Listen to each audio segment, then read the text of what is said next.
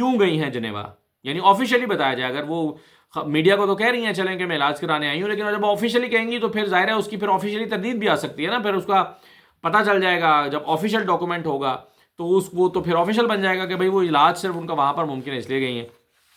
تیسرا سوال یہ ہے کہ آیا وزیر اعلیٰ پنجاب کا جنیوا کا دورہ سرکاری تھا یا غیر سرکاری تھا، یعنی وہ سرکاری خرچ پر گئی ہیں یا نجی دورے پر گئی ہیں.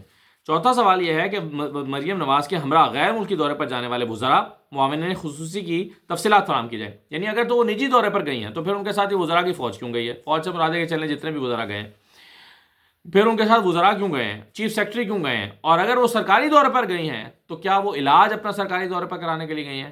یعنی ان سوالوں کے جواب میں کانٹراڈکشنز آنے کا خطرہ موجود ہے. اگر وہ کہتی ہیں میں علاج کرانے گئی ہوں تو پھر سرکاری لوگ کیوں گئے ہیں، اور اگر سرکاری لوگ گئے ہیں تو کیا وہ ذاتی خرچے پر گئے ہیں. اگر سرکاری لوگ سرکاری خرچے پر گئے ہیں تو وہ آپ کے نجی دورے کے ساتھ سرکاری خرچے پر کیوں گئے ہیں، اور اگر آپ بھی سرکاری خرچے پر گئی ہیں تو پھر کیا آپ علاج سرکاری خرچے پر کرا رہے ہیں. تو ان سوالوں کا اگر جواب مل جاتا ہے تو پھر اس میں بہت جو ہے وہ کانٹراڈکشنز نکل سکتی ہیں. پانچواں سوال یہ ہے کہ دورے کے دوران وزیر اعلیٰ ہر وزیر معاون خصوصی کے مجموعی اخراجات کی تفصیلات فراہم کی جائیں، دورے میں شامل ہر فرد کے اخراجات کی الگ الگ تفصیلات بھی فراہم کی جائیں. کون کون گیا ہے، ہر بندے پر کتنا کتنا خرچ آیا ہے بتایا جائے. چھٹا سوال یہ ہے آیا دورے کے طیارے کا انتظام پنجاب حکومت نے کیا تھا یا یہ انتظام نجی طور پر کیا گیا تھا. جس طیارے میں وہ گئے ہیں دائرہ ہے چارٹرڈ پلین پہ اگر گئے ہیں تو کس نے یہ انتظام کیا تھا. ساتواں سوال ہے نجی طیارہ کس نے فراہم کیا، طیارے کے اخراجات کس نے بھرے، کیا سرکاری خرچے پر گئے ہیں یا کوئی اور ہے جس نے اخراجات بھرے. اگر کوئی اور ہے تو اس کا کیا مفاد ہے، اگر کوئی اور طیارہ اپنا دے رہا ہے تو وہ پھر کیسے پیسے پورے کرے گا، سوال تو اٹھیں گے. آٹھواں سوال یہ ہے کہ دورے پر روانگی آمد کے لیے ایئر بس کا نمبر اور اس کی کمپنی کیا تھی، کون سی ایئر بس تھی، کیا کمپنی تھی، کس طیارے پر وہ گئی ہیں. تو یہ سوال جو ہے وہ مریم نواز سے فواد چودھری صاحب نے کیے ہیں، اور ان کا جواب اگر آ جاتا ہے تو میں سمجھتا ہوں کہ کافی ٹیڑھی چیزیں اس میں سے نکل سکتی ہیں. اور آپ کو یاد ہوگا کہ پچھلے دنوں جو بنیادی انسانی حقوق کا افتتاح کیا تھا، بنیادی انسانی حقوق کی یادگار کا فائز عیسیٰ صاحب نے، تو اس میں کے بعد ابوذر سلمان نیازی نے بھی کچھ سوال کیے تھے سپریم کورٹ سے کہ بتایا جائے کہ اس پر کتنے پیسے لگے، کتنی لاگت آئی، اپروول کہاں سے لی، جو نیپرا رولز کے مطابق کیا بیڈنگ آئی، بیڈنگ کے لیے کچھ اشتہارات جاری کیے گئے. ان سوالوں کا جواب بھی ابھی تک نہیں آیا. تو اگر ابھی ان کا جواب نہیں آیا تو ان کا ہم امید کرتے ہیں چلیے رائٹ ٹو انفارمیشن ایکٹ یہ ہر شخص کا رائٹ ہے، تو کیا ایک شخص کو یہ رائٹ ملے گا کہ، اور یہ جو بنیادی حقوق کی یادگار بنائی ہے اس میں لکھا ہوا ہے رائٹ ٹو انفارمیشن کہ آپ کا جاننا بھی انسان کا حق ہے، اور اس پر تو قانون بھی موجود ہے. تو یہ ہے جی سوالات جو مریم نواز سے پوچھے گئے ہیں. اب صرف یہی نہیں ہے جو مریم نواز نے جھوٹ بولا ہے، ایک اور مریم نواز نے جھوٹ بولا ہے، اور وہ جھوٹ جو ہے وہ خواجہ آصف صاحب نے پکڑا ہے. خواجہ آصف صاحب نے ایک ٹویٹ کی صورت میں پکڑا، اگرچہ یہ کل کی ہے لیکن میں بہرحال اس پہ کل بات نہیں کر سکا تھا. ایک خواجہ آصف صاحب نے ایک ٹویٹ کی جس میں انہوں نے لکھا کہ صرف شور ہے کہ چاول کی فصل کی باقیات جلانے سے اسموگ ہوتی ہے. اس چارٹ کو ملاحظہ کریں، آپ کو اصلی ملزم نظر آئیں گے جن کا ملزموں میں نام ہی نہیں آتا. فصلوں کی باقیات تو موہنجودڑو کے وقت سے جلائی جا رہی ہیں. ہمارے صدا کے اصل حکمران یعنی انتظامیہ، نوکرشاہی، ایگزیکٹو نے ہمیں ٹرک کی بتی کے پیچھے لگایا ہوا ہے. وہ کہتے ہیں ہمیں یہ نوکرشاہی نے یا انتظامیہ نے ہمیں بتی کے پیچھے لگا دیا کہ جی فصلیں جلانے سے ہو رہا ہے. وہ کہتے ہیں وہ تو موہنجودڑو کے زمانے سے چل رہی ہیں. انہوں نے کہا کہ جی ہمارے ٹرک کی بتی کے پیچھے لگایا ہوا ہے کہ بڑی وجہ فصلیں جلانا ہے، اور اسموک بھارت سے امپورٹ ہو رہی ہے کیونکہ ہوا مشرق سے مغرب کی طرف چل رہی ہے. جب مغرب سے مشرق کی طرف چلے گی تو پھر کیا ہوگا. آپ اس چارٹ میں دیکھیں کہ سب سے بڑے ملزم انتظامیہ کی سرپرستی میں رشوت کے زور پر اسموک پھیلا رہے ہیں اور ملبہ فصلوں کی باقیات پہ ڈال رہے ہیں. اب وہ کہتے ہیں کہ جی بڑے بڑے یہ مگرمچھیں ہیں جو رشوت دیتی ہیں سرکاری افسران کو، اور سرکاری افسران وہ اپنے مال بنا رہے ہیں، اور انہوں نے اس کا رخ موڑ دیا ہے جی فصلوں کی باقیات پہ. تو اصل بات یہ ہے، اور انہوں نے پھر جو چارٹ شیئر کیا اس میں ٹرانسپورٹ کا شیئر 127 ہے، اور انڈسٹری کا 13 ہے، اور ایگریکلچر کا 5.9 ہے، اور ویسٹ برننگ کا 5.5 ہے، کوڑا جلانے کا، اور کمرشل کا 0.21 ہے. تو وہ کہتے ہیں سب سے زیادہ تو ٹرانسپورٹ اس میں کر رہی ہے، لیکن چونکہ وہ ٹرانسپورٹ مافیا ہے، انہوں نے خرید رکھا ہے ان کو بڑے بڑے نوکرشاہی میں موجود افسران کو، تو اس لیے ٹرک کی بتی کے پیچھے. اب مریم نے یہ بتائی ہے ہمیں بات، مریم نواز صاحبہ نے، کہ جی یہ تو بھارت سے آ رہی ہے اور سفارتی سطح پہ انڈیا کو لکھیں گے. شکر ہے لکھ نہیں دیا، کیونکہ ان کے وزیر اعلیٰ تو مذاق اڑاتے پھر رہے ہیں امرتسر کے. کہ یہ کیا مذاق ہے جو آپ کر رہے ہیں، مذاق اڑا رہے ہیں وہ ان کا کہ یار یہ مشرق سے مغرب والا کیا چکر ہے. تو بہت سارے فیکٹرز ہیں اسموک کے. اور خواجہ آصف صاحب جو ہیں انہوں نے مریم نواز کا ایک اور جھوٹ پکڑا ہے، اور انہوں نے بتایا ہے کہ جناب یہ آپ ہوائی باتیں کر رہی ہیں، مریم نواز ہوائی باتیں کر رہی ہیں، ایگزیکٹو کے پیچھے یا نوکرشاہی یا انتظامیہ کے پیچھے لگی ہوئی ہیں اور اصل حقائق کے پیچھے نہیں جا رہی.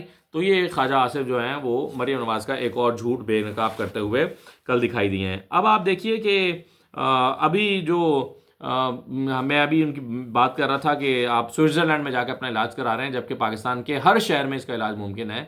اور اگر ممکن نہیں ہے تو پھر بھی سوال پیدا ہوگا کہ آپ اور یہ بات تو میں نہیں مانتا کہ اس کا صرف دنیا کے 2 ممالک میں ہے، اور بھی ممالک ہوں گے. اگر پاکستان میں نہیں بھی ہے تو ابھی دنیا کے کئی ممالک میں اس کا علاج ہوگا، اور اگر دنیا کے کئی ممالک میں ہے تو پھر پاکستان میں اس کا علاج کیوں نہیں ہے؟ آپ 30-35 سال حکومت کرنے والے حکمران ذرا جواب دینا اس بات کا کہ پیراتھائرائڈس کا علاج جو ہے وہ کہیں اور کیوں نہیں ہے، یہ اس کا جواب بھی دیں. اچھا، دوسرا یہ ہے کہ ملتان سے جو بہت تشویشناک خبر آئی، یعنی آپ یہاں سے پورا صوبہ چھوڑ کے گئے ہیں اپنا علاج کرانے جنیوا سے پھر آپ پھر رہے ہیں لنڈن، وہاں پر جناب ورکرز کنونشن ہو رہے ہیں، اور پیچھے اسموک کے حالات. اور ملتان نشتر ہاسپٹل میں کیا ہوا ہے، وہاں پر ڈائلیسس سینٹر میں ایک مریض جو کہ ایڈز کا مریض تھا، اس کا علاج، اس کا ڈائلیسس کیا گیا، اور اس کا ڈائلیسس کرنے کے بعد اور 30 مریضوں کا ڈائلیسس کر دیا اسی مشین پہ. اور اس سے وہ جو مریض تھے وہ بیچارے سارے کے سارے ایڈز میں مبتلا ہو گئے، HIV میں مبتلا ہو گئے، اور ایڈز میں مبتلا ہونے سے ایک بندہ جاں بحق بھی ہو گیا، فوت بھی ہو گیا. تو اب انکوائری بیٹھ گئی ہے. پہلے انہوں نے معاملے کو دبانے کی کوشش کی، ابھی انکوائری کمیشن بنا دیا، کمیٹی بنا دیا، وہ اس پر انکوائری کر رہی ہے، اور وہ مشینیں 2 بند کر دی ہیں جن پر یہ کارروائی ڈالی گئی. تو حالات یہ ہیں. اور کل پرسوں کی خبر تھی کہ یہاں جو ہے وہ جان بچانے والی DHQ میں اور THQ میں جان بچانے والی ادویات نہیں ہیں. اور بیسک ہیلتھ یونٹ پر تو میں آپ کو دکھاتا ہوں 2-4 دن میں ذرا صورتحال. وہ ہمارے دوست ہیں محسن الوی، انہوں نے اس پر ڈیٹیل سے پروگرامز کیے ہیں، تو وہ میں ان سے چیزیں لے کے تو میں آپ کے ساتھ شیئر کرتا ہوں کہ بیسک ہیلتھ یونٹس کے حالات کیا ہیں. آپ دیکھیں گے تو آپ کے رونگٹے کھڑے ہو جائیں گے. اور یہاں پر نئے موبائل ہاسپٹل بن رہے ہیں، اور پورا انفراسٹرکچر دوسرا تباہ کر دیا ہیلتھ کا انفراسٹرکچر تباہ ہے. اور نشتر ہاسپٹل کے حالات آپ نے دیکھ لیے ہیں، اور کنٹرول کوئی ہے نہیں ہیلتھ پر. ہیلتھ کو چلانے والے خواب خرگوش کے مزے لے رہے ہیں، اور مریم نواز اپنا علاج کرانے کے لیے سوئٹزرلینڈ گئی ہوئی ہیں. تو یہ اس پنجاب صوبے کی بیچارے کی بد نصیبی ہے، اور کیا کہا جا سکتا ہے. آخری بات یہ کہ تحریک انصاف نے آج سپریم کورٹ میں ایک درخواست ڈالی ہے. اب ظاہر ہے سپریم کورٹ میں آپ درخواست سنی جائے یا نہ سنی جائے، درخواست لگے یا نہ لگے، لیکن درخواست ڈال دینا یہ بھی چلیں امپورٹنٹ ہے. اور وہ آپ کو یاد ہوگا نا، وہ ایک پطرس بخاری کی ایک کہانی تھی، مجھے اچانک یاد آ گئی، جس میں وہ بائیسیکل والی کہانی، اگر میں اس کا ٹائٹل بھول رہا ہوں، وہ میٹرک کی کتاب میں بھی ہوتی تھی. تو جس میں وہ سائیکل مرزا خرید لیتے ہیں، پرانی بائیسیکل. تو وہ جب اس میں وہ ملازم سے کہتے ہیں اس میں تیل ڈال دو، وہ کہتا ہے تیل ڈالنے والے تو سوراخ ہی بند ہے، کہاں تیل ڈالوں، ڈالتا ہوں تو وہ ٹپک جاتا ہے، سارا باہر گر جاتا ہے.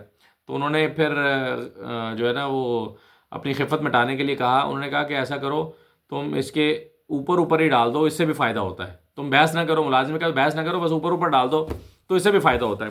تو یہ بھی سپریم کورٹ میں درخواستیں اوپر بھی ڈال دیں تو اس سے بھی فائدہ ہوتا ہے. معلوم بھی ہو کہ یہ درخواست سماعت کے لیے نہیں لگنی، پھر بھی ڈال دینی چاہیے. اب اس میں کیا کہا ہے، کیونکہ بہت ساری درخواستیں نہیں لگ رہی نا، 26ویں آئین ترمیم کے خلاف درخواستیں آئی ہیں، نہیں سنی جا رہی. کئی درخواستیں ہوتی ہیں جو قاضی فیصل بھی سال لے کے بیٹھے رہے، نہیں سن کے گئے، پڑھی نہیں. تو عدالتوں کے بھی شاید مفادات ہوتے ہیں، اس لیے وہ چوز کرتے ہیں کہ یہ سننا اور یہ نہیں سننا. تو بہرحال درخواست ڈالی ہے PTI نے کہ PTI اور اسی قیادت کے خلاف اقدامات پر چیف جسٹس اور سینئر ججز کی سربراہی میں جوڈیشل انکوائری کرائی جائے. دفعہ 144 کے ناجائز استعمال کو روکنے کے احکامات جاری کیے جائیں. کیونکہ ابھی گئے تھے نا وہ 4-5 لوگ عمران خان سے ملنے کے لیے، لیڈرشپ گئی، تو ان کو دفعہ 144 میں پکڑ لیا کہ کلے آؤ بھائی، چاروں بندے اکٹھی گاڑی میں اکٹھے ہو کے کیوں ملنے آئے ہو، کلے آؤ. ملاقات بھی نہیں ہونے دی کیونکہ آپ نے دفعہ 144 کی خلاف ورزی کی ہے. تو اس کو وہ کہتے ہیں ناجائز استعمال کو روکا جائے. MPO کے تحت آرڈرز کا غیر ضروری استعمال روکا جائے. MPO جاری ہو رہے ہیں اور بنیادی انسانی حقوق کا تحفظ کیا جائے. یہ جو ہے جس کی یادگار تو آپ نے بنا دی ہے، تحفظ بھی تو کریں. تو یہ PTI نے، عمران خان نے انفیکٹ ایک اور درخواست سپریم کورٹ میں ڈالی ہے.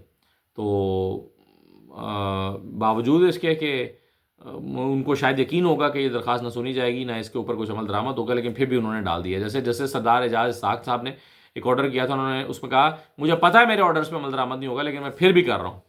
تو چلیے یہ بھی ایک چلن پاکستان میں چل نکلا ہے. اللہ کرے کہ درخواست جو ڈالی گئی یہ سنی جائے. اجازت دیجیے، اللہ حافظ.